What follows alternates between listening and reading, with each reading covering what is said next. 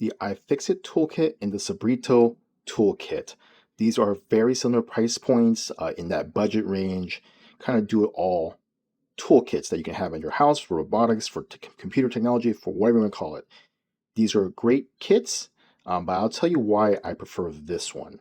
Because they're in the same price range, value, you just get more bits. This is like 100 something bits in total on the Strebito kit, right? You have all these pliers, spudges, brushes, bits, the different types of bits. You have all that, the driver set, magnetic pad, whatever this guitar picks. You have all that in this kit, and it's actually easier to access versus the iFixit kit, right? You have the branding, you have tweezers, you have the driver bit, you have like the pulley, all the essential bits. But look at the amount of bits you get with this versus that.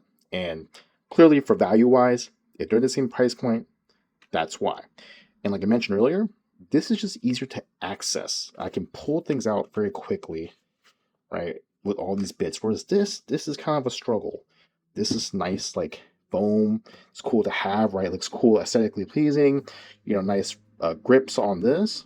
But to pull these things out is a pain. So Strebito does really well. It's just easier to use. And the third thing is, I just find myself having an easier decision getting a bit because I can visually see everything, right? All the numbering. Whereas this, yeah, you can kind of see it. But I don't want to guess or zoom in. I can just take a glance. Oh, I need what I want. So, the value, the accessibility, and just the ease of use in general.